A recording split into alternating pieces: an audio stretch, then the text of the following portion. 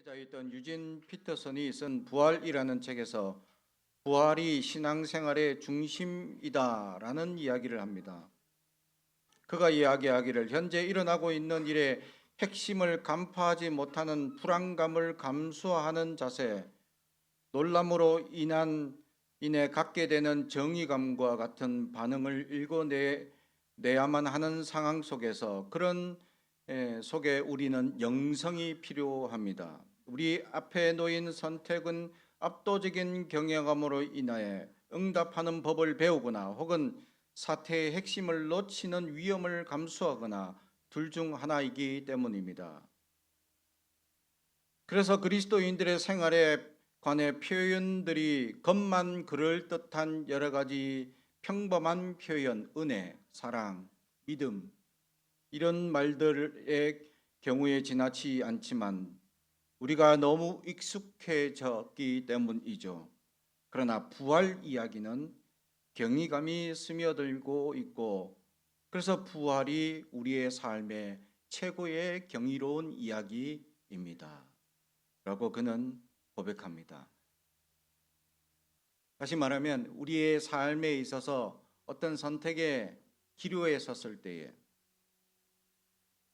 그 하나님의 계시와 은혜를 깨달아서 깊은 은혜를 깨달아서 정말 하나님의 놀라운 은혜를 깨달고 선택해서 그 놀라운 역사를 경험하거나 아니면 우리 영적 상태가 무지하고 연약해서 선택을 엉뚱한 것을 해버려 우리가 위험을 감수하게 되는 어려움에 처하거나 이 두 상황 속에 우리가 항상 놓이게 될 것이다. 그래서 영성이 우리에게 필요한데 그 영성의 가장 우리 신앙의 핵심으로 은혜를 줄 수 있는 주제가 뭐냐? 바로 부활신앙이다 라고 얘기합니다. 우리는 우리의 삶을 살아가면서 하나님의 압도한 인도하심을 우리는 누리며 살아가고 있느냐? 아니면 우리의 삶에 있어서 어떠한 일들이 일어나고 있는데 그것을 하나님의 계시를 놓쳐버리고 방임하며 그래서 위험에 노출된 상태로 우리는 살아가고 있느냐? 좀 더 깊이 얘기하면 하나님의 역사에 우리는 얼마나 민감하게 반응하고 있습니까? 우리는 어떤 말씀들 중에 부활이라는 그 단어 속에 예수의 놀라운 폭발적인 능력을 깨닫고 우리는 깊은 은혜 가운데 나아갈 수 있어야 합니다. 그리고 그 부활은 우리의 신앙의 중심에 있어야 합니다. 그래서 우리는 우리의 믿음의 눈이 우리가 보는 만큼 성경의 진리가 보이기 때문입니다. 28절에서 33절까지 사두개인들이 주님을 시험하기 위하여 던졌던 질문의 기록들이 나옵니다. 그 내용들은 신명기 25장에 나와 있는 계대결혼법이라는 것에 의해서 형제가 죽게 되면 그 형제의 집안에 대를 이어주기 위하여 다른 형제가 대신 자녀를 낳아주는 그 법에 의해서 자녀 없이 다 형제가 죽게 되면 전국에서 누가 그 여인의 남편이 될 것이냐라는 얘기를 하는 것이죠. 사두개인들은 그래서 부활이 없다라고 얘기합니다. 우리는 어떻습니까? 우리의 신앙에 과연 부활이 없느냐라는 것이죠. 사두개인들은 자기가 보고 싶어 하는 그 관점, 자기가 생각하는 그 관점, 자기가 머물러 있는 보는 관점에만 그것을 초점을 맞추고 바라보니 자기가 생각하고 거기에 껴 맞추는 그러한 교리 가운데 부활이 없다라는 결론으로 맞추어서 생각하고 묵상하니 그들의 신앙은 부활이 없는 것으로 결론 짓게 되고 어리석은 결론이 되죠. 여기서 우리가 착각하고 있는 부분이 뭐냐? 천국을 세상 우리가 살고 있는 삶의 현장과 똑같이 맞추고 있다라는 착각입니다. 우리의 삶의 현장과 천국은 전혀 다른 세상입니다. 그걸 이해하지 못하고 마치 이 땅에 살아가는 것처럼 똑같이 살아갈 것이다 하면 어떤 사람은 천국 가서 꼴 보기 싫은 사람이 있을 텐데 어쩝니까? 저희 아내한테 제가 물어봤습니다. 저하고 앞으로 지금 25년 살았는데 앞으로 25년 더 살고 천국 가면 계속 보고 싶겠죠? 나는 보고 싶습니다. 이렇게 매달렸습니다. 근데 우리 아내는 50년이나 이 땅에서 지겹도록 봤는데 또 보고 싶겠어요? 하며 저를 밀어냅니다. 만약에 천국이 부부관계로 그렇게 계속 매여 있다면 난 천국 안 갈랍니다. 그것도 지옥이 될 수도 있기 때문입니다. 라고 고백하는 거죠. 여러분 어떻습니까?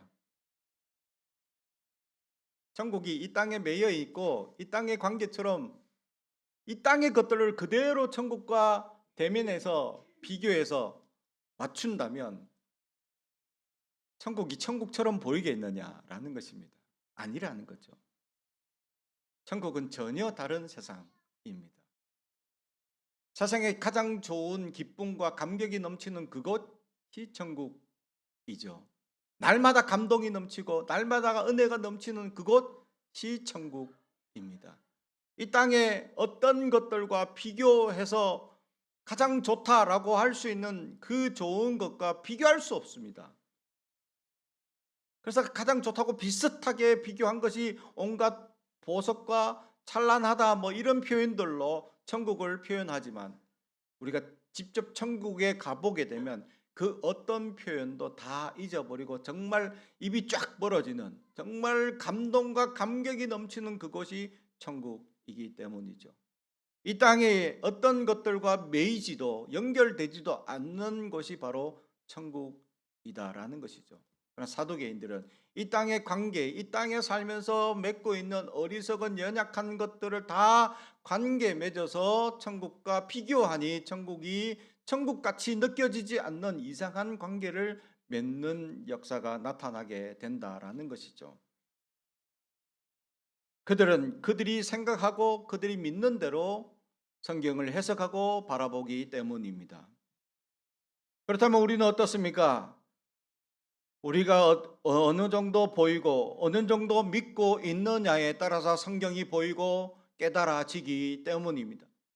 말씀을 내가 깊이 믿고 말씀을 아멘하고 받아들이고 말씀을 볼 때마다 그 속에 숨겨진 비밀들 하나하나가 내 안에서 역사하고 깨닫는 은혜가 있게 된다면 우리는 하루하루가 천국처럼 살 수 있습니다. 그러나 말씀이 보여지지 않고 이 세상의 이야기만 계속 듣다 보면 우리는 이 땅을 지옥처럼 살게 될 것입니다. 여러분은 천국처럼 이 땅을 살고 있습니까? 안 그러면 지옥을 누리며 연약함으로 살아가고 있습니까? 우리는 이 땅의 천국을 바라보고 이 땅의 천국을 누리며 또 이 땅의 많은 천국들이 보이는 현상들 예표되는 천국의 현상들을 바라보며 기뻐하며 감사하며 살아갑니까? 아니면 우리는 지옥을 바라보고 있습니까? 사랑하는 성도 여러분, 우리는 천국을 바라볼 수 있어야 합니다. 할렐루야. 이 땅에 연약하고 부족한 이 세상의 법들이나 연약하고 부족한 또 부패하고 썩은 일들이 우리를 마음을 고약하게 만들고 힘들게 만드는 그런 현상들 속에 우리의 마음들이 부패해지고 우리의 그것들에 집중하게 되면 우리도 연약하게 부정에 물들게 되고 나약함으로 그래서 우리의 언행심사에 그런 생각들과 마음이 깊이 뿌리박고 물들게 되어서 누룩의 형상처럼 나에게 죄악이 점점 퍼지게 되어 그런 말과 그런 언어와 그런 행동들을 우리도 모르게 나타나고 그렇게 사는 것이 당연한 것임을 그렇게 살아가고 있지는 아니합니까? 우리는 경각심을 가지고 깨어 있어야 합니다. 성경은 왜 깨어 있으라 합니까? 우리는 깨어 있지 못하기 때문이죠. 깨어있지 못하면 우리는 이 땅에 부패한 것들과 연약한 것들이 우리를 좀먹고 있고 연약함을 만드는 것들에 대해서 우리는 나약한 상태로 방치되어져 간다면 우리의 언행과 모든 삶의 생각에조차 우리의 마음조차 썩어져 갈 것에 집중하고 연약한 것들이 우리를 좀먹기 때문입니다. 그러므로 우리는 두려움으로 이 땅을 살아가야 합니다. 하나님 말씀이 깨달아지고 보여지게 해달라고, 그래서 하나님의 천국을 조금씩 날마다 누리며 살아가게 해달라고 소망하며 살아갈 수 있어야 합니다.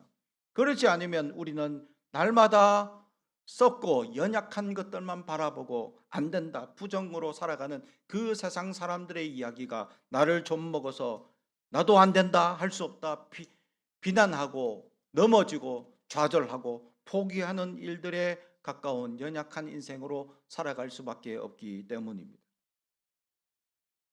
그러므로 우리는 이제 이 땅을 바라보는 인생이 아니라 위의 것을 바라보길 바랍니다. 십자가를 바라봐야 할 것입니다.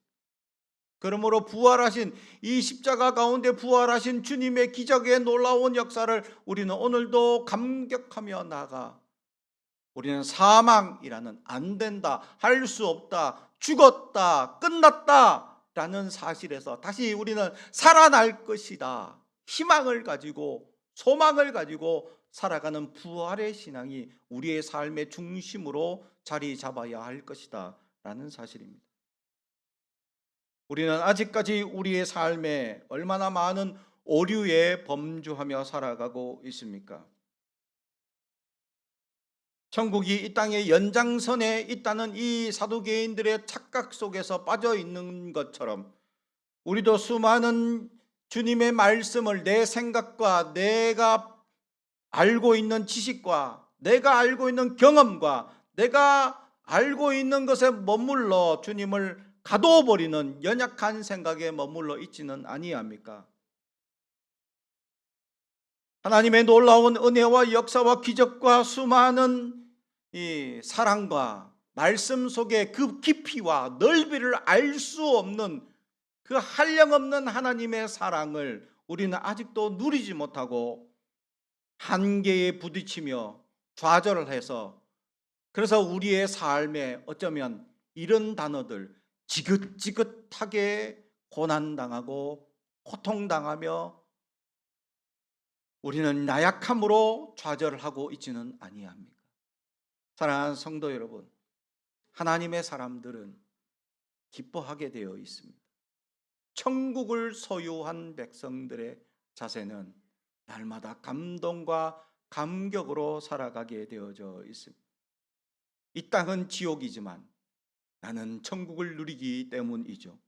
내 안에 예수님이 찾아오셔서 이 땅을 보도록 우리의 시선을, 이 땅에 향해 있는 시선을 주님께 맞추기 시작하는 순간 우리는 천국을 누릴 수 있기 때문입니다. 우리는 어떤 시야를 가지고 어떤 인식을 가지고 어떤 배움을 가지고 어떤 지식을 가지고 어떤 마음으로 지금 우리는 이 땅에 살아가고 있습니다. 내가 보는 것은 모든 것이 부정적이고 내가 바라보고 생각하는 것은 모든 부정적인 사고와 방식들에 머물러 있지는 아니합니까?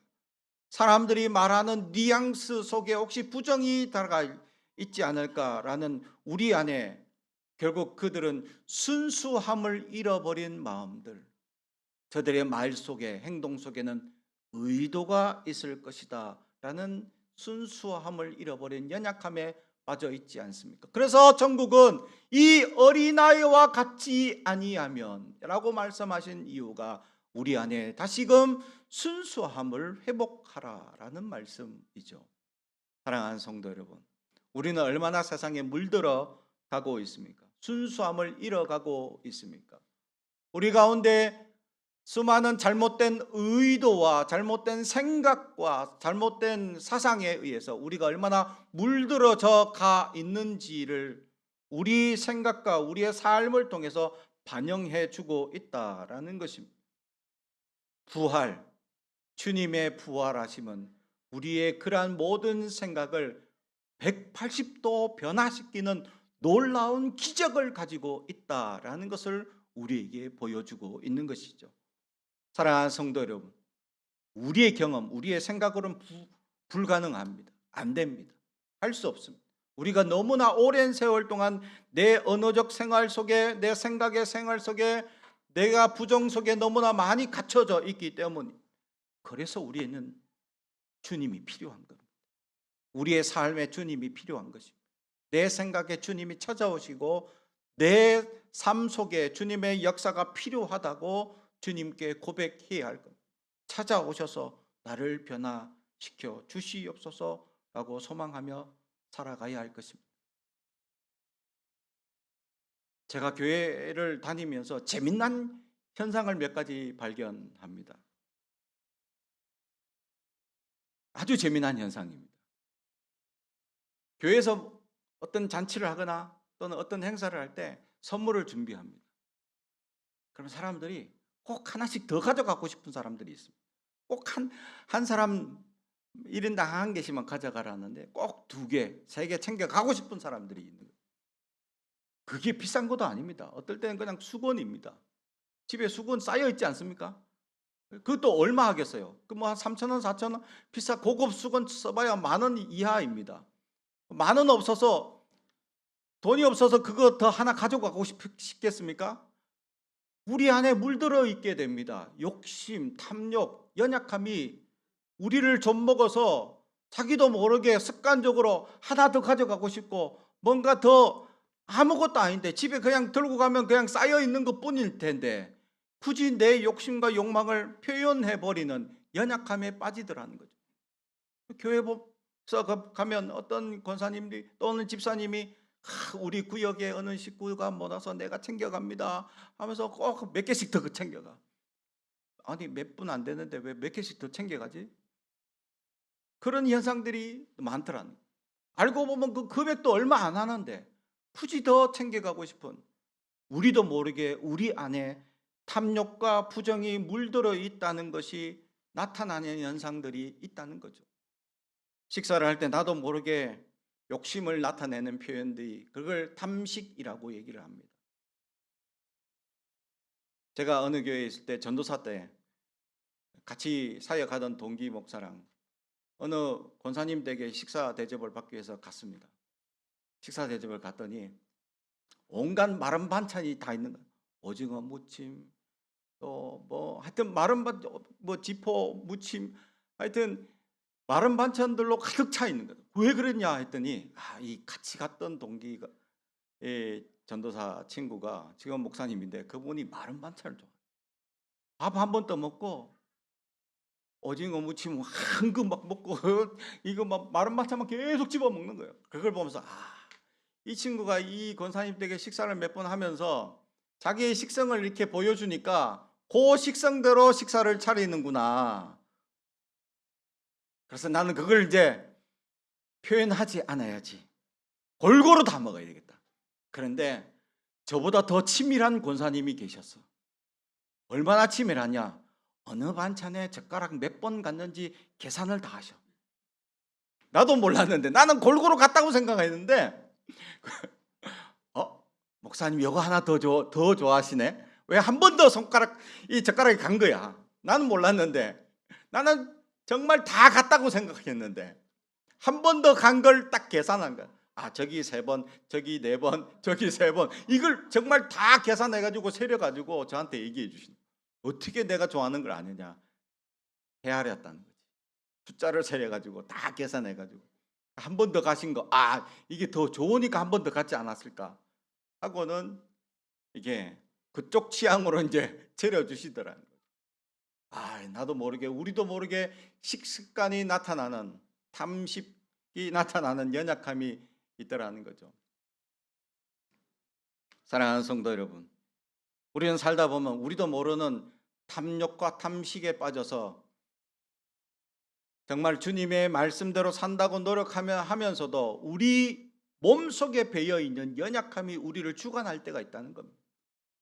그러므로 이것을 벗어나기는 우리가 너무 익숙하게 배어 있어서 힘들고 연약함에 빠져 있습니다.